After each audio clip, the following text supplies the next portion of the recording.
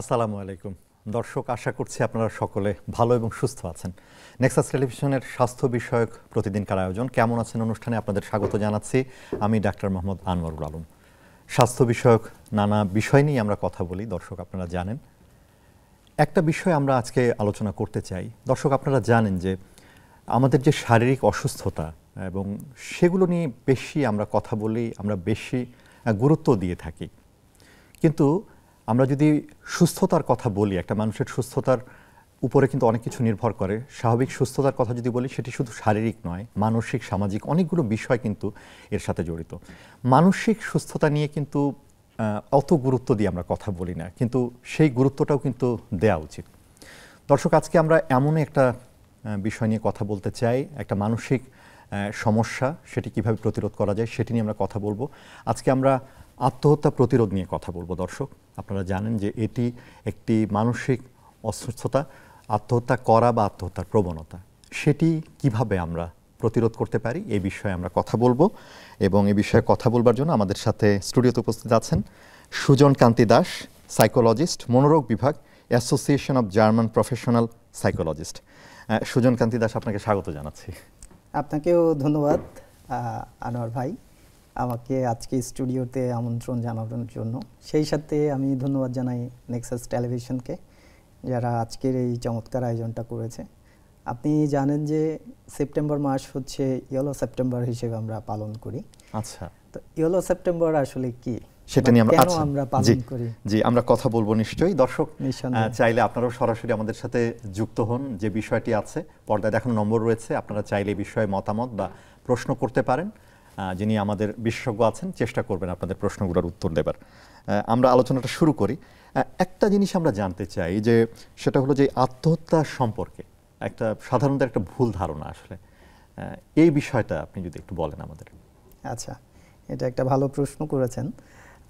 এটা জানার আগে আমরা যদি একটু জানি যে আসলে আত্মহত্যাটা কি, জি, তারও আগে যদি একটু জানি যে আত্মহত্যা কি আসলেই একটা বিশাল কিছু, যেটা সারা পৃথিবীর মানুষের জন্য ভয়াবহ হয়ে উঠতে পারে। আচ্ছা, তো সেজন্য আমাদের জানা উচিত পরিসংখ্যান। জি জি জি, আসলে কি পরিমাণ মানুষ আত্মহত্যায় মারা যাচ্ছে বা আত্মহত্যায় তাদের জীবন শেষ করছে। যদি আমরা ওয়ার্ল্ড ট্রেড পরিসংখ্যানটা দেখি, তাহলে WHO যে রিপোর্ট আমরা পাই, সেখানে আমরা দেখতে পাই ওয়ার্ল্ড ট্রেড প্রায় 10.5% মানুষ 1 লক্ষ লোকের মধ্যে প্রতি বছরই মারা যাচ্ছে সুইসাইড করে। আর যদি সেটা আমরা বাংলাদেশের প্রেক্ষাপটে দেখি, তাহলে সেই সংখ্যাটা কিন্তু 8.3। এবং যদি আমরা সেটা জার্মানির ক্ষেত্রে দেখি, তাহলে সেখানে 11% মানুষ কিন্তু 11 জন কিন্তু 1 লক্ষ মানুষের মধ্যে মারা যাচ্ছে। 11 জন, আচ্ছা আচ্ছা। এবং যদি আপনি ইউএসএ তে দেখেন, তাহলে সেটা 14 জন। আচ্ছা, প্রতি 1 লক্ষ লোকে 14 জন মানুষ সুইসাইড করে তাদের জীবন শেষ করছে। এবং আমরা যদি হাইয়েস্ট এবং লোয়েস্ট রেটটা দেখি, তাহলে হাইয়েস্ট রেট হচ্ছে গায়ানাতে, প্রায় 1 লক্ষ মানুষের মধ্যে 40 জন মানুষ আত্মহত্যা করছে। আচ্ছা, মানে বিভিন্ন জায়গায় এটা মানে ভ্যারিও করছে, হ্যাঁ, কিন্তু সংখ্যাটা কম নয়। সৌদি আরবিয়াতে এটা 3%। আচ্ছা, হাইয়েস্ট এবং লোয়েস্ট যদি আমরা দেখি, তাহলে আপনি দেখেন ওয়ার্ল্ড ট্রেড কিন্তু এই যে সুইসাইড, এটা কিন্তু আমাদের যে মনোসামাজিক প্রেক্ষাপট বা আমাদের যে সোশ্যালাইজেশন প্রসেসের মধ্যে, এটা কিন্তু একটা বড় প্রভাব বিস্তার করছে। এবং মানুষের জীবনধারাতেও কিন্তু এটা বড় প্রভাব বিস্তার করছে।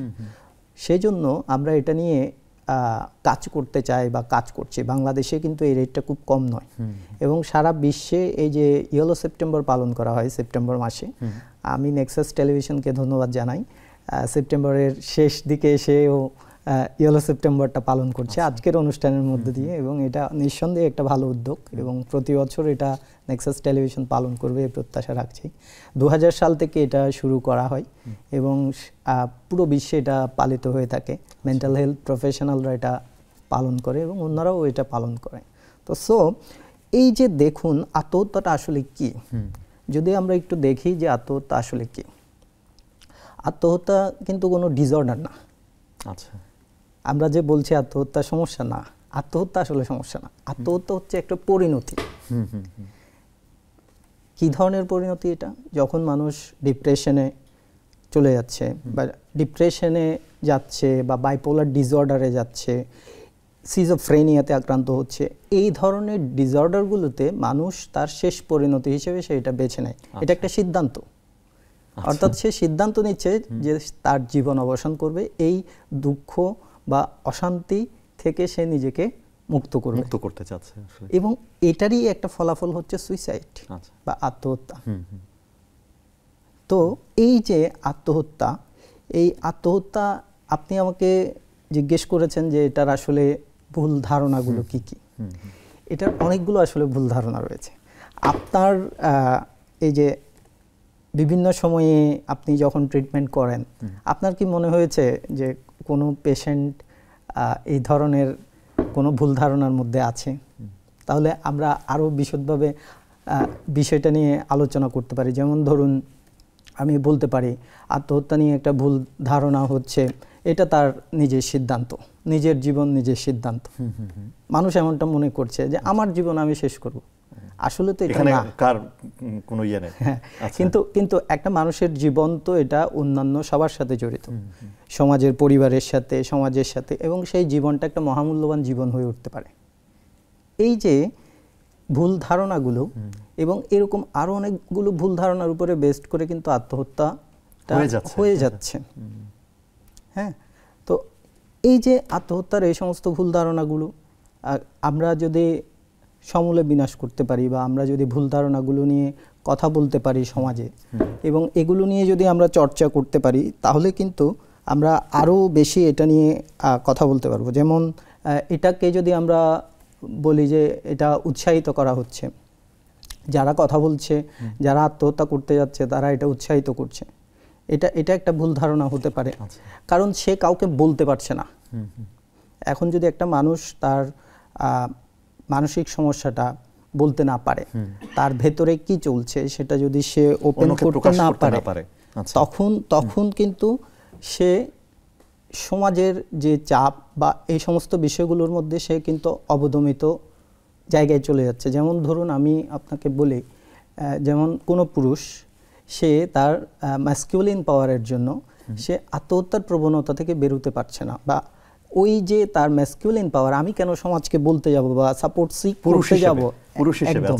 হ্যাঁ, এই যে একটা ভুল ধারণা, সাপোর্ট সিক না করা, বা আমার সমস্যাটা কেন আমি অন্যকে বলবো, বিষয়টা এরকম। এবং আবেগ প্রবণতা, যে তারা আবেগপ্রবণ, সেই জন্যই বোধহয় তারা আত্মহত্যা করছে। আসলে বিষয়টা সেটা নয়। একটু ম্যাসকুলিন পাওয়ারটা আপনি যদি একটু দর্শকদের বুঝিয়ে বলেন আসলে। আচ্ছা, ম্যাসকুলিন পাওয়ারটা হচ্ছে আমাদের সমাজ ব্যবস্থায় আমরা যেটা দেখি, আমাদের সমাজে পুরুষালী আচরণগুলো, মানে পুরুষ শাসিত সমাজ, এবং পুরুষালী আচরণগুলোতে আমাদের সমাজ চায় যে পুরুষ কান্না করবে না। আচ্ছা, তাই না? যে কোনো একটা কিছু হয়েছে, সে কেন কান্না করবে, সে তো পুরুষ কেন কাঁদবে। আচ্ছা, পুরুষ কেন কাঁদবে, এই যে একটা স্টিগমা, এই স্টিগমাটা পুরুষেরও যে মানসিক সমস্যা হয়, পুরুষের যে সুইসাইড করে, এবং আপনি জানেন পুরুষ সবচেয়ে বেশি অ্যাটেম্প নেয়। আচ্ছা, হ্যাঁ, এবং পুরুষের সুইসাইড রেট কিন্তু হাই নারীদের চেয়ে। আচ্ছা, আমি জানতে চাচ্ছিলাম অবশ্য যে কারা বেশি, মানে নারী পুরুষের মধ্যে। এবং নারীরা কিন্তু চেষ্টা করে, কিন্তু তাদের সুইসাইড রেট পুরুষের চেয়ে কম। আচ্ছা, কেন? কারণ পুরুষরা যে সমস্ত স্টেপ নেয়, স্টেপগুলো থাকে পুরুষালী আচরণের মধ্যে। যেমন ধরুন, তারা গান দিয়ে নিজেকে ফায়ার করে দেয়। সেই ক্ষেত্রে নারীরা হয়তো ঔষধ ব্যবস্থাপনা নেয়, তারা হয়তো অতিরিক্ত ঘুমের ওষুধ খেয়ে নেয়, দেখা যাচ্ছে সেটাকে রিকভারি করা যায়। কিন্তু যখন একজন মানুষ উপরে ছাদ থেকে লাফ দিচ্ছে, একটা পুরুষ যখন ছাদ থেকে লাফিয়ে পড়ছে, তাকে বাঁচানোর মতো ওই সুযোগ কিন্তু আর থাকে না।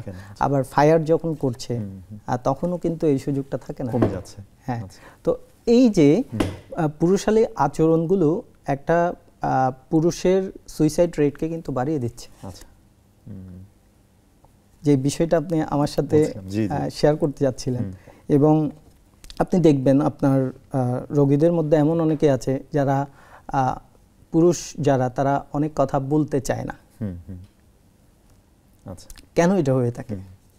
আপনার কি মনে হয়? এটার একটা কারণ, হ্যাঁ, যে পুরুষালী আচরণগুলো তার দুর্বলতা সে প্রকাশ করতে চায় না, এরকম একদম। হ্যাঁ, আমি পুরুষ, আমি আমার মানসিক সমস্যার কথা বা আমার সমস্যার কথা কেন অন্যরা জানবে, এটাকে সে দুর্বলতা মনে করছে। বা আমি যদি প্রকাশ করে দিই, এটা তো আমার দুর্বলতা। আসলে কিন্তু সেটা নয়। আমাদের প্রত্যেকেরই একটা রাইটস আছে, আমরা সমাজে সাপোর্ট সিক করব, আমরা সাপোর্ট নেব, কিন্তু চাইবো আমাদের বন্ধু আত্মীয় স্বজন তাদের কাছে বলবো, কিন্তু সেটা পুরুষের ক্ষেত্রে মানে এটা কম আপনি বলছেন। হ্যাঁ, এবং যদি আমরা সামাজিক প্রেক্ষাপটটা দেখি তাহলে আত্মহত্যার বিষয়ে তো মানুষ কথাই বলতে চায় না, যেখানে মানসিক সমস্যার বিষয়েও মানুষ কথা বলতে চায় না। হ্যাঁ, কম বলি আমরা। হ্যাঁ, সেটাই আসলে। এটাও একটা স্টিগমা যে একদম, যে এটা নিয়ে আমরা কথা বলবো না। হ্যাঁ, সোশ্যাল স্টিগমা রয়েছে এখানে কালচারাল স্টিগমা রয়েছে, আবার ধর্মীয় স্টিগমাগুলো আছে, যেগুলো সবগুলো মিলিয়ে আসলে একজন মানুষ আত্মহত্যা নিয়ে কথা বলতে চায় না বা নিজের মানসিক সমস্যা নিয়ে কথা বলতে চায় না। আচ্ছা, তো সেটা বোধহয় এটা একটা বড় কারণ আত্মহত্যার, যে এই যে বলছে না এবং না বলে সে নিজের মতো করেই সে আসলে তার জীবনটা শেষ করছে। একদম, হ্যাঁ, হয়তো আমরা যদি জানতে পারতাম, আপনি যেটা বলছেন যে সাপোর্ট সিক করতো, তাহলে হয়তো অন্যরা সাহায্যে এগিয়ে আসতো, হয়তো তার এই পরিণতি থেকে তাকে বাঁচানো যেত। তো সেটা হয়তো হয় না। আচ্ছা, আমরা একটু আসি যে যারা মানে এই যে আত্মহত্যা যারা করছেন বা করেন, বা প্রবণতা আছে যাদের, এদের মধ্যে কি লক্ষণ থাকে আসলে? হ্যাঁ, কি বোঝা যায়? হ্যাঁ, এইটা যদি আমাদের একটু বলেন। আচ্ছা, এটাও একটা ভালো প্রশ্ন। আসলে আমরা কি করে বুঝবো যে একজন মানুষ সুইসাইড করবে বা আত্মহত্যা করবে, এটা আমরা কিভাবে বুঝতে পারি? এখানে শারীরিক লক্ষণ রয়েছে এবং মানসিক লক্ষণ রয়েছে, সাইকোলজিক্যাল লক্ষণ রয়েছে। এখন শারীরিক লক্ষণগুলো কি কি? এখন দেখা যাচ্ছে কি, প্রথমে আমরা তার যদি সাইকোলজিক্যাল দিকটা চিন্তা করি, তাহলে সে হচ্ছে হতাশায় ভুগবে, সে হতাশ হয়ে যাবে, সে কাজকর্মগুলোর সাথে জড়িত হতে চাইবে না, সব সময়ে সে দুর্বলতা অনুভব করবে এবং দেখা যাবে কি তার প্রাত্যহিক জীবনের সাথে সে একটা বিচ্ছিন্নতা অনুভব করবে। আরও একটা বড় বিষয় হচ্ছে সে নিঃসঙ্গ হতে থাকবে। একটা সময়ে যে মানুষটা হয়তো সবার সাথে মিশত, সেই মানুষটা দেখা যাবে একাকী ফিল করছে, লোনলি থাকছে, বিচ্ছিন্নতার একটা প্রবণতা তার মধ্যে তৈরি হয়ে যাচ্ছে। তো এই সমস্ত বিষয়গুলো যখন আমরা দেখব একজন মানুষের মধ্যে, তখন আমাদের উচিত হচ্ছে তার সাথে খোলামেলা আলোচনা করা এবং তার সাথে কথা বলা। মানে একটা মানুষ যেরকম ছিল তার আচার আচরণ, সেই আচরণ থেকে সে হঠাৎ করে হয়তো নিজেকে গুটিয়ে নিচ্ছে, সেরকম একটা বিষয় গুটিয়ে নিচ্ছে। ধরুন আপনার যে বন্ধুটা সবসময় আপনার সাথে খুব কথাবার্তা বলতো, যেমন অনেক ক্লায়েন্টদের ক্ষেত্রে আমি দেখতে পাই যারা এ ধরনের সাপোর্ট সিক করে, যারা আমার কাছে আসে, তাদের ক্ষেত্রে দেখতে পাই তারা সমাজ থেকে অনেকটা বিচ্ছিন্ন হয়ে পড়ে। তারা দেখা যায় কি আগে একটা বন্ধু বা আত্মীয় এদের সাথে একটা ভালো একটা রিলেশনের মধ্যে ছিল, কিন্তু যখন তারা সুইসাইডাল অ্যাটেম্প নেয় বা সুইসাইড চিন্তা করে, তখন কিন্তু তারা আলাদা হয়ে যায় এবং তারা নিজেকে অনেকটা গুটিয়ে নেয় সবকিছু থেকে। তো এই সমস্ত বিষয়গুলো যখন আমরা দেখব পরিবারের লোকদের মধ্যে বা আমাদের বন্ধু বান্ধবদের মধ্যে, তখন আমাদের তার কাছে যাওয়া উচিত এবং তার কথা শোনা উচিত। এই ক্ষেত্রে আমরা খোলামেলা আলোচনা করতে পারি। সবার আগে আমাদের উচিত হচ্ছে তার সাথে খোলামেলা কথা বলা, তার ভেতরে কি হচ্ছে সেটা জানা এবং তাকে প্রয়োজনে একজন এক্সপার্ট রেফার করা, একজন সাইকোলজিস্ট রেফার করা, যে তুমি একজন সাইকোলজিস্টের সাথে কথা বলো বা একজন স্পেশালিস্টের সাথে কথা বলো। আচ্ছা, সেটা আমরা আলোচনা করব। একটা হচ্ছে হঠাৎ করেও কি আমরা দেখি না যে মানুষ, ধরেন যে কেউ হয়তো একটা দীর্ঘদিন ধরে হয়তো তার মধ্যে প্রবণতাটা আছে, কিন্তু আমরা হঠাৎ করেও তো দেখি যে হঠাৎ করেই একটা মানুষ হয়তো তার মধ্যে কোনো অ্যাবনর্মালিটি হয়তো ছিল না, তো হঠাৎ করেও তো কেউ কেউ আত্মহত্যার পথ বেছে নেয়। মানে এটার কি কোনো কারণ আছে? আচ্ছা, হঠাৎ করে আসলে আত্মহত্যার হয় না। এটার মানে এটাকে আগে থেকে একটা ইয়া থাকে, অ্যানালাইসিস করি, তাহলে সে দীর্ঘদিন যাবত হতাশায় ভুগছে, বিষণ্ণতায় ভুগছে এবং বিভিন্ন ধরনের হয়তো মানসিক যন্ত্রণায় ভুগছিল, অথবা তার মধ্যে সিজোফ্রেনিয়া বা বাইপোলার ডিসঅর্ডার, এই বিষয়গুলো তাকে খুব বেশিভাবে তাড়িত করত, সে কষ্ট পেয়েছে এবং এখান থেকে সে হয়তো একটা ডিসিশনের দিকে যাচ্ছে। ঠিক আছে, আসলে এই যে আত্মহত্যা, এটা কিন্তু সে আত্মহত্যা করার আগে সে মানসিক যন্ত্রণার মধ্যে দিয়ে যায় এবং অন্য কারো থেকে সাপোর্ট সিক করতে পারে না বা অন্যরা তাকে সাপোর্ট প্রদান করে না, যেটা পেলে হয়তো সে সুইসাইড থেকে সেফ হয়ে যেত। এটা না পাওয়ার কারণে দেখা যায় কি ওই মানুষটা আত্মহত্যার দিকে ঝুঁকে পড়ছে। আচ্ছা, মানে একটা পার্টিকুলার একটা কারণ আছে, আসলে কারণ আছে এবং সে কারণেই সে এই পথটা বেছে নিচ্ছে, এটাই বলছেন আপনারা। আচ্ছা, আমরা আলোচনা চালিয়ে নিব, কিন্তু একটা বিরতি নিতে চাই। দর্শক কেমন আছেন অনুষ্ঠানে একটা বিরতিতে যাচ্ছি, কিছুক্ষণ পরেই ফিরে আসছি।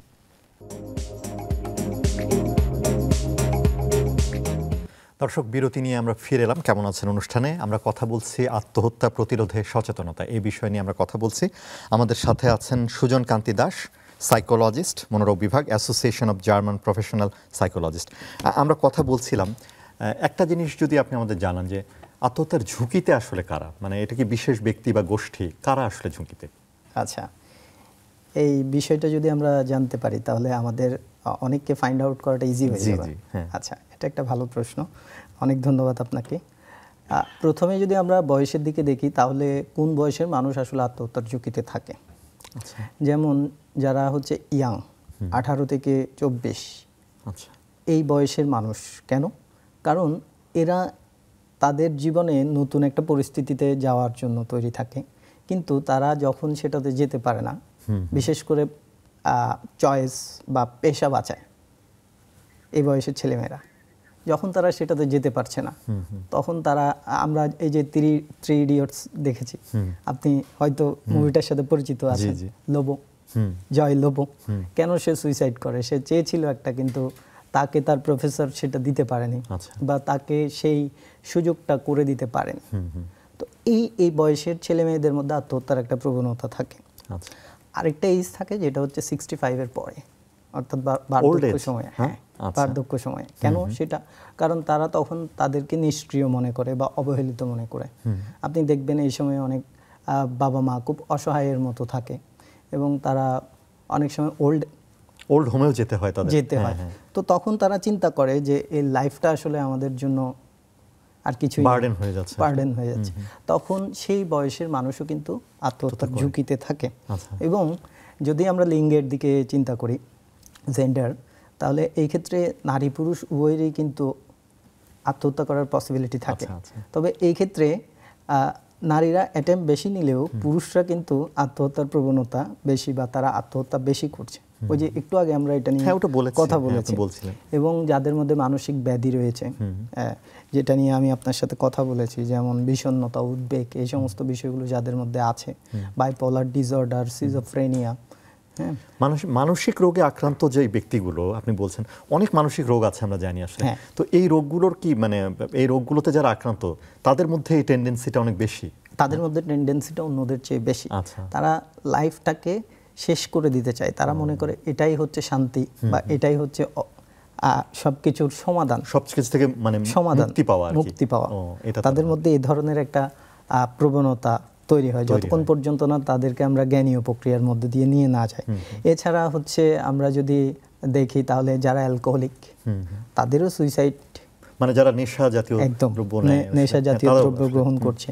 এছাড়া আরো একটা গোষ্ঠীকে আমরা দেখি যারা হচ্ছে নারী পুরুষের বাইরে, LGBTQ+ যে গ্রুপটা, হ্যাঁ, অর্থাৎ অন্য লিঙ্গের মানুষরা, তারা নিজেদেরকে সমাজে যখন প্রতিষ্ঠিত করতে পারছে না, তখন তারা এই ধরনের সুইসাইড অ্যাটেম্প কিন্তু নিয়ে থাকে এবং এটা হয়ে থাকে। এবং আরেকটা বিষয় হচ্ছে যারা সামরিক বাহিনীতে আছে। আচ্ছা, আমরা একটা ফোন নিয়ে নিই, একজন দর্শক আছেন। জি দর্শক, আপনার প্রশ্নটি করুন। ওয়ালাইকুম আসসালাম। আমার সমস্যাটা হচ্ছে, আমার ছেলে 21 সালে সড়ক দুর্ঘটনায় 20 বছর বয়সে মারা যায়। তারপর থেকে আর কি আমার বিশ্বাস হয় না যে আমার ছেলে চলে গেছে। আমি প্রতিদিন আমার ছেলের জন্য অপেক্ষা করি এবং আমার ছেলের কথা শুনতে পাই, বুঝতে পারি, মনে হয় ও আসে। ওর জন্য আমি যেভাবে আগের থেকে অপেক্ষা করতে থাকি, যে ওর জন্য আমি সেভাবে এখনো অপেক্ষা করতে থাকি, এরকম মনে হয়। আর শুধু মনে হয় কি যে ওর কাছে যে, ওর পাশে যে আমি শুয়ে থাকি, ওর মতন একটা মানুষ যে ও মাটিতে শুয়ে আছে এটা বিশ্বাস হতে চায় না। এবং আমার মনে হয় যে বেঁচে থাকার কোনো মানে নেই, যে আমি বেশি কি করব। মানে আমার এক ছেলে এক মেয়ে আছে, সবাই দূরে আর কি, দূরে থাকে, দেশের বাইরেই থাকে। এখন এই অবস্থায় আমি মানে মনে হয় যে আমার ছেলের কাছে যে কখন ওর সাথে দেখা হবে, কখন ওর কাছে যাব, শুধু সারাক্ষণ এটা মনে হইতে থাকে। আমার কোনো কাজকর্ম করতে ভালো না, লাইট অফ করে শুয়ে থাকি। আমি এখানেও ডাক্তার দেখাচ্ছি, যেখানে আমি আসছি আর কি, নাম জায়গায় প্রকাশ করতে চাচ্ছি না। জি জি, ঠিক বাট আছে। আমি কিছুতেও জায়গা থেকে সরে আসতে পারি না। সারাক্ষণ মাথার মধ্যে একই চিন্তা হয় যে আমি কখন তার কাছে যাব। আচ্ছা আচ্ছা, আর কোনো কিছুই ভালো লাগে না, কাজকর্ম থেকে শুরু করে শুধু যেতে ইচ্ছা করে, জীবনটা ভালো লাগে না। আচ্ছা, মানে এখন করণীয় কি এটা জানতে চাচ্ছেন দর্শক আমাদের কাছে? এখন কি করব, জি, মানে জি। আমি এখান থেকে বের হতে পারতেছি না। আচ্ছা আচ্ছা, অসংখ্য ধন্যবাদ। আমাদের বিশেষজ্ঞ নিশ্চয়ই বলবেন। হ্যাঁ, আপনি শুনেছেন হয়তো হ্যাঁ, সমস্যাটা। আমি শুনেছি। ধন্যবাদ দর্শককে, আপনাকে অসংখ্য ধন্যবাদ এমন একটা প্রশ্ন করার জন্য। এই যে উনিও কিন্তু একটা ঝুঁকিতে পড়ে গিয়েছেন এখন, তাই না? তার প্রিয়জন হারানোর পরে সাধারণত পরিবারগুলোতে এটা হয়ে থাকে, যখন একজন প্রিয়জন চলে যায়, যেমন ওনার সন্তানের কথা উনি বললেন। তো সন্তান যখন পৃথিবী থেকে চলে গিয়েছে, তখন মা, যিনি সবচেয়ে প্রিয় বা আসলে সবচেয়ে মায়ের কাছে তো কাছের তার মানুষ, সন্তানই হ্যাঁ, সবচেয়ে প্রিয়। তখন তার মনে হচ্ছে যে আমার জন্য এই পৃথিবীটা তো আসলে আর কিছুই নাই, যেটা একটা সুইসাইড প্রবণ মানুষের মাথায় চলে আসে সবার আগে। তো এখন এই মুহূর্তে তিনি কি করবেন? এখন যেটা করণীয় সেটা হচ্ছে লোনলিনেসটা কাটাতে হবে। আচ্ছা, এখন উনার কথাগুলো আমি শুনেছি, যেখানে উনি বলেছেন ওনার অন্যান্য ছেলে মেয়ে আছেন, কিন্তু একটা ছেলে একটা মেয়ে আছেন, কিন্তু তারা ওনারা থাকেন। দূরে আছেন। হ্যাঁ, তো এই যে দূরে থাকার জায়গাটা, এটা থেকে যদি উনাকে ভ্রমণে রাখা যায়, আপনি যদি একটু ভ্রমণ করেন তাদের সাথে বা বিভিন্ন জায়গায় যান, তার ছেলের বাসায় গেল বা মেয়ের বাসায় গেল যদি সম্ভব হয়, হ্যাঁ, এবং তাদের সাথে সময় কাটালেন। সবচেয়ে বড় বিষয়টা হচ্ছে আপনি যদি এখন একটা জীবনের মানে খুঁজে নেন, কোনো একটা এমন একটা কাজের সাথে যুক্ত হন যেটার সাথে হয়তো আপনার এবং আপনার সমাজের উপকার হবে, আপনার উপকার হবে, যে কাজটার একটা অর্থ রয়েছে, যেটাতে আমরা জাপানিদেরকে দেখি তারা একটা ইকিগাই ফলো করে। আচ্ছা, অর্থাৎ তাদের জীবনের একটা উদ্দেশ্য থাকে বেঁচে থাকার, এবং সেটা মানুষের সাথে কতটুকু উপকারী এবং তার পেশেন্ট আছে কিনা সেটাতে। আচ্ছা, যেমন হতে পারে তিনি, আমি জাস্ট উদাহরণ দিচ্ছি, একটা স্কুল পরিচালনার দায়িত্ব নিতে পারে, যেখানে অনেক বাচ্চারা হয়তো প্রশিক্ষিত হবে, অথবা উনি একটা গার্ডেনিং করতে পারেন, অথবা উনি একটা যোগা ক্লাব করতে পারেন, উনার যেটা পছন্দ, যেটা ভালো লাগে, অথবা ছবি আঁকার একটা প্রোগ্রাম হাতে নিতে পারেন, যেটাতে উনার পেশেন্ট আছে, যেটাতে উনার ভালো লাগে। এই ধরনের একটা প্রজেক্ট হাতে নিয়ে যদি উনি ব্যস্ত হয়ে পড়েন, তাহলে এই যে তার সুইসাইডাল একাকিত্বটাই বোধহয় বড় অসুবিধা হচ্ছে ওনার জন্য। একাকিত্বতা তো একটা বিষয়, আরেকটা হচ্ছে ওনার পীড়নগুলো। এই যে প্রিভিয়াস ওনার সন্তানকে উনি হারিয়েছেন, এই পীড়নগুলো ওনাকে প্রতিনিয়তই কিন্তু এই দিকে ধাবিত করছে যে আমার আর বেঁচে থেকে কি হবে। তো এখান থেকে মুক্তির জন্য হচ্ছে এই ধরনের বিষয়গুলোতে যেতে হবে এবং আমাদের সাথে যোগাযোগ করতে হবে। উনি সাহায্য নিচ্ছেন, আমি দর্শককে ধন্যবাদ জানাতে চাই যে তিনি কিন্তু চেষ্টা করছেন এখান থেকে বের হওয়ার এবং জন্য। ওনাকে আরো একটা বিশেষ কারণে ধন্যবাদ জানাই, সেটা হচ্ছে আমরা বলতে চাই না। হ্যাঁ, এই যে উনি সাহস করে বলেছেন, সাপোর্ট সিক করেছেন। হ্যাঁ, আমি একটু আগে আপনার সাথে আলোচনা করছিলাম যে আমরা কথা বলতে চাই না, আমার ভেতরে কি হচ্ছে এটা নিয়ে আমরা বলতে চাই না। আমরা কিন্তু একটু আগে পরিসংখ্যান দেখেছি, বাংলাদেশে 8.3% মানুষ কিন্তু আত্মহত্যা করছে, তাও 1 লক্ষ জনে। তাহলে আপনি জনসংখ্যার দিক থেকে যদি চিন্তা করেন, বিশাল একটা জনসংখ্যা কিন্তু। তাহলে এই যে উনি কথা বলছেন, উনার মতো যদি সবাই কথা বলে এবং সবাই তাদের যে স্টিগমাগুলো ভেঙে তারা যদি সুইসাইড থেকে সেফ হওয়ার জন্য এগিয়ে আসে, তাহলে আমরা কিন্তু প্রতিরোধ গড়ে তুলতে পারব। এখানে আরেকটা জিনিস একটু আপনাকে বলতে চাই, তার ছেলে মেয়ে আছে, কিন্তু আরো একটা ছেলে একটা মেয়ে আছেন, বা তার আত্মীয় স্বজন আছেন, পরিবারে আরো নিশ্চয়ই লোকজন আছেন, আসলে তাদেরও তো একটা ভূমিকা আছে এক্ষেত্রে আসলে। একদম একদম, তারাও তো এগিয়ে আসতে পারেন। এটা একটা ভালো কথা বলেছেন। আমাদের আসলে কি করণীয় তখন? আমাদের যেটা করণীয় সেটা হচ্ছে আমরা যারা এই পেশাতে আছি তাদেরকে কথা বলার জন্য উন্মুক্ত করতে হবে। যেমন এই যে নেক্সাস টেলিভিশন আজকে আমাকে ইনভাইট করেছে এই বিষয়টা নিয়ে কথা বলতে, এইভাবে যদি আরো অনেক প্রোগ্রাম হয়, শুধু নেক্সাস টেলিভিশন না, বাংলাদেশে যতগুলো টিভি চ্যানেল বা মিডিয়ার কথা আপনি বলতে পারেন, বা আমরা যদি কথা বলি, তাহলে কিন্তু মানুষজন আরো সচেতন হয়ে উঠবে এবং এখান থেকে দেখে পরিবারগুলো সচেতন হবে। এবং তখন আমরা যেটা করতে পারি সেটা হচ্ছে বিভিন্ন জায়গায় আমরা সুইসাইড প্রিভেনশন সেল তৈরি করতে পারি এবং ট্রেন করতে পারি। যেমন প্রতি জেলাতে আমরা যদি একটা সুইসাইড প্রিভেনশন সেল তৈরি করতে পারি, যেখানে অনেক মানুষ সুইসাইড সম্পর্কে জানে এবং তারা অন্যদেরকে সাপোর্ট করবে।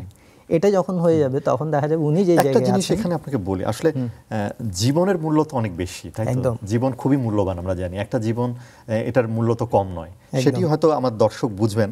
এবং আপনি যেটা বলছেন যে আসলে অন্যের জন্য কিছু করা, কোনো একটা কাজের মধ্যে নিজেকে ইনভলভ করা, এই জিনিসগুলো হয়তো কাজে লাগবে ওনার ক্ষেত্রে। কারণ আপনারই তো জীবন, একটাই জীবন আমরা পাই, তাই না? অসংখ্য ধন্যবাদ দর্শক আপনি ফোন করবার জন্য। আশা করি আপনি যে সাহায্য নিচ্ছেন সেটাতেও কাজ হবে, এবং আমাদের বিশেষজ্ঞ যেমনটা বললেন সেই দিকেও আপনি যাবেন। আসলে আপনি ঝুঁকির কথাগুলো বললেন, আসলে যারা ঝুঁকিতে, আমরা সেটা আমরা জানলাম।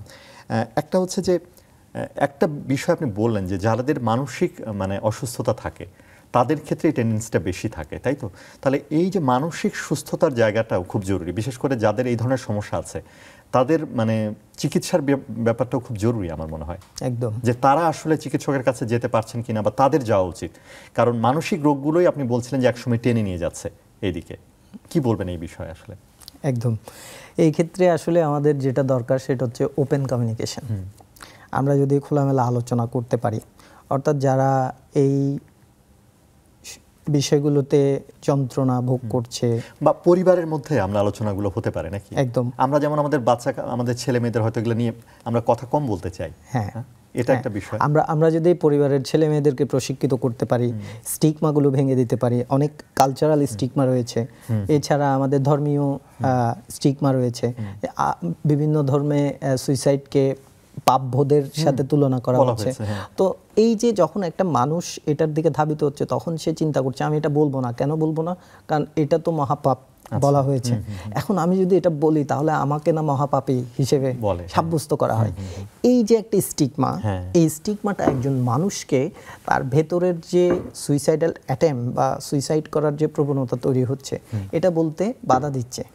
তো আমরা যদি বিভিন্ন ধরনের ধর্মীয় উপাসনালয় গুরুতে যারা গুরু আছেন বা যারা মৌলবী আছেন বা যারা এগুলোর তত্ত্বাবধান করছেন, তারা যদি একটু প্রশিক্ষিত হই মেন্টাল হেলথের উপরে, তাহলে তারা কিন্তু একটা বিশাল অবদান রাখতে পারে। এবং তাদের এই অবদানের প্রত্যেক ধর্ম তাদের জায়গা থেকে যারা আছেন তারা আপনি দেখেন, কারণ আমাদের দেশের বিভিন্ন সম্প্রদায়গুলোতে মানুষ ধর্মীয় গুরুদের বা ধর্মীয় যারা নেতৃস্থানীয় আছে তাদের কথা শুনছে। তো তারা যদি এই সুইসাইড প্রিভেনশনে একটু কথা বলে, তাহলে দেখা যাবে কি অনেক মানুষ কিন্তু সেভ হয়ে যাবে। আমাদের যে শিক্ষা প্রতিষ্ঠানগুলো আছে সেখানেও কি মানে এটা নিয়ে আরো কথাবার্তা বলা উচিত? সেইখানে যারা শিক্ষক আছেন আমরা যদি তাদেরকে ট্রেন করে তুলতে পারি, এবং যে সমস্ত টিচাররা এখানে অবদান রাখতে পারে, তারা যেমন ক্লাস টিচার, যিনি ক্লাসের শিক্ষক থাকেন, তিনি যদি এখানে ছেলে মেয়েদেরকে ওপেন কথা বলার সুযোগ দেন সুইসাইড নিয়ে, অর্থাৎ এটাকে ওপেন করতে হবে। আমরা এটাকে যতই অন্তর্মুখী করে রেখেছি এটা ততই কঠিন হয়ে যাচ্ছে।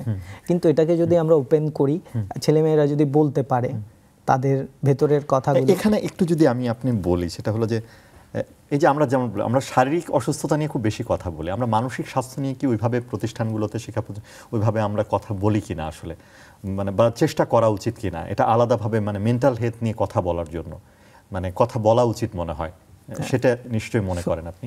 ভালো একটা প্রশ্ন করেছেন। এটা নিয়ে আমরা কথাই বলি না, মেন্টাল হেলথ নিয়ে আমরা কথাই বলি না। আপনি দেখেন, আপনি একজন ফিজিশিয়ান, আপনার কাছে মানুষ জ্বর হলে বা যাই কিছু হোক, আপনি যেটাতে এক্সপার্ট সেটাতে সে চলে আসছে। কিন্তু মেন্টাল হেলথের ক্ষেত্রে আমরা কেন জানি মনে করি চুপি চুপি সবকিছু আমরা সমাধান করে। এখানে দুটো ব্যাপার আমি যদি একটু আপনাকে বলি, সেটা হলো যে আমরা দেখছি যে একটা ছেলে বা একটা মেয়ে স্কুলে ঠিকমতো যাচ্ছে না, বা পড়াশোনা ঠিকমতো করছে না, পড়াশোনায় মনোযোগ নেই, ঠিকমতো খাচ্ছে না। তো এই যে মানসিক অসুস্থতার যে লক্ষণগুলো আমরা দেখি, আমরা কি এগুলোকে খুব বেশি গুরুত্ব দেই, মানে বা দেওয়া উচিত কিনা আসলে? এগুলোতে আমাদের এখন গুরুত্ব দেওয়া উচিত, কারণ এগুলোতে যদি আমরা গুরুত্ব না দেই তাহলে এগুলো কিন্তু শারীরিক সমস্যার দিকে যাচ্ছে। আপনি জানেন যে মানসিক সমস্যা এবং শারীরিক সমস্যা কিন্তু ওতপ্রোতভাবে জড়িত। মেন্টাল হেলথ এবং ফিজিক্যাল হেলথ দুটোই কিন্তু আমাদের জন্য ইম্পর্টেন্ট। এবং কিছু রোগ শারীরিক রোগ থেকে মানসিক রোগের দিকে ধাবিত হয়, আবার কিছু রোগ মানসিক রোগ থেকে শারীরিক রোগের দিকে ধাবিত হয়। তাহলে এই ক্ষেত্রে আমরা যদি মানসিক রোগগুলোকে গুরুত্ব না দিই তাহলে এগুলো কিন্তু শারীরিক রোগে পরিণত হচ্ছে। এটা আসলে আমাদেরও মনে হয় বুঝতে হবে, আমাদের এই সচেতনতার জায়গাটা দরকার। কারণ আপনি যে স্টিগমার কথা বলছিলেন, আমরাও কিন্তু আমাদের পরিবারের ওই যে যেটা বললাম যে আমরা দেখি কিন্তু আমরা হয়তো গুরুত্ব দিই না, বা অনেকে বলছেন এটা কিছুই না, আসলে ও হয়তো পড়তে চাচ্ছে না, এগুলো হচ্ছে তার দুষ্টমি বা যাই হোক, অনেকভাবে আমরা এটাকে বলি আসলে, আমরা কিন্তু এটাকে অ্যাকনলেজ করার বোধহয় চেষ্টা করি না। সেই জায়গাটা মনে হয় দরকার। আমরা আলোচনাটা চালিয়ে নিব, আরেকটা বিরতি নিতে চাই। দর্শক, আরেকটা বিরতিতে যাচ্ছি, কিছুক্ষণ পরে ফিরে আসছি। দর্শক, আরও একটা বিরতি নিয়ে ফিরে এলাম কেমন আছেন অনুষ্ঠানে। আমরা কথা বলছি আত্মহত্যা প্রতিরোধের সচেতনতা এই বিষয়টি নিয়ে, এবং আমাদের সাথে সুজন কান্তি দাস, সাইকোলজিস্ট, তিনি আছেন। আপনি বলছিলেন যে বয়সের ক্ষেত্রে তরুণদের মধ্যে অনেক বেশি আত্মহত্যার প্রবণতা, আপনি একটা বয়স বলেছেন অবশ্য। তো এই যে তরুণদের মধ্যে আত্মহত্যার ঝুঁকি আপনি বলছেন দিনকে দিন বাড়ছে, এখানে সোশ্যাল মিডিয়ার কি কোনো ভূমিকা আছে?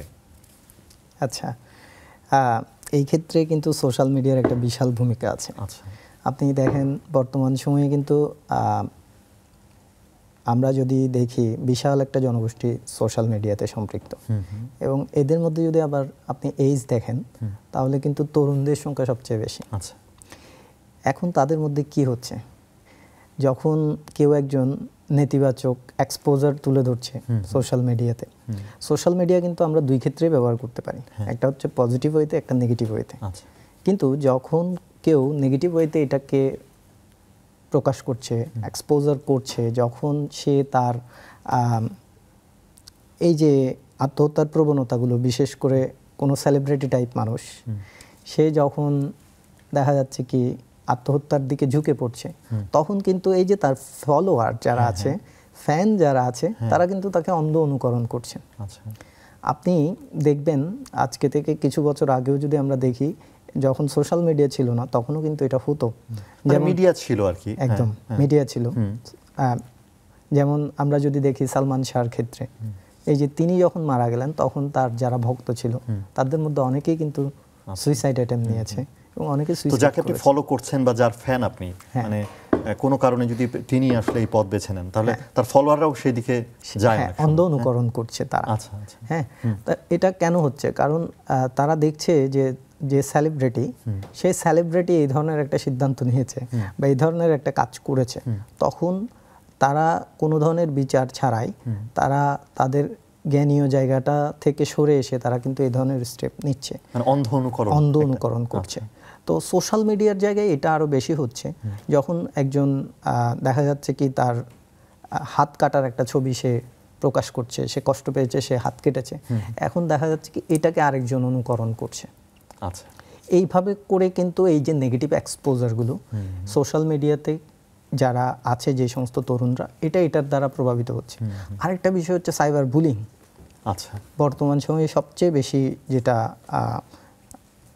আলোচনা করা যায়, সাইবার বুলিং। যখন দেখা যাচ্ছে কি আমরা কারো সম্পর্কে একটা নেতিবাচক উপস্থাপনা করছি বা তাকে আমরা হেট স্পিচ দিচ্ছি, এই যে সাইবার বুলিংগুলো কিন্তু যে মানুষটার প্রতি করা হচ্ছে বা যার প্রতি করা হচ্ছে, সে কিন্তু মানসিকভাবে ভেঙে পড়ছে, এবং সে এখান থেকে কিন্তু আত্মহত্যার মতো পথ বেছে নিচ্ছে।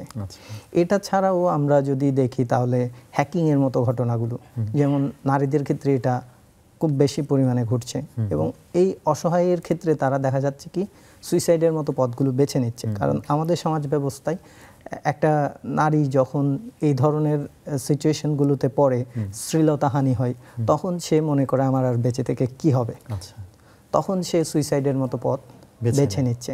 এই যে সোশ্যাল মিডিয়ার যে নেগেটিভ ইম্প্যাক্ট, এটা কিন্তু আত্মহত্যাকে আরো এগিয়ে দিচ্ছে। আবার চাইলে এই সোশ্যাল মিডিয়া কিন্তু আত্মহত্যা প্রতিরোধেও সহায়তা করতে পারে। যেমন আজকের এই অনুষ্ঠানে আমরা আত্মহত্যা কীভাবে প্রতিরোধ করা যায় এটা নিয়ে আমরা কথা বলছি। এটা যখন খুব বেশি পরিমাণ মানুষের কাছে পৌঁছবে এবং আরও যদি এটা নিয়ে কথা বলা হয় সোশ্যাল মিডিয়াতে এবং সবাই যদি সোচ্চার হয়, তাহলে দেখা যাবে কি এখান থেকে মানুষ লার্ন করতে পারবে নতুন কিছু, এবং তারা সুইসাইডের সাথে কিভাবে কোপ আপ করতে হবে এবং সুইসাইডকে কিভাবে প্রিভেনশন করতে হবে, এটাতে তারা কিন্তু প্রশিক্ষিত হবে। এবং এটার মধ্য দিয়ে কিন্তু সোশ্যাল মিডিয়া একটা বিরাট ভূমিকা রাখতে পারে। কারণ সোশ্যাল মিডিয়া শুধু যে একটা নেগেটিভ ইম্প্যাক্ট ফেলে এটা না, এটা কিন্তু পজিটিভ ইম্প্যাক্টও ফেলছে। ডিপেন্ড করছে আমরা কিভাবে এটাকে ব্যবহার করছি, ব্যবহারের উপরে নির্ভর করছে। মানে প্রত্যেকটা জিনিসে ভালো খারাপ আছে, সেই জায়গায় আসলে মানে আমরা যদি ভালোটাই বেশি আমরা যদি করতে পারি তাহলে মনে হয় উপকারটা হবে আসলে।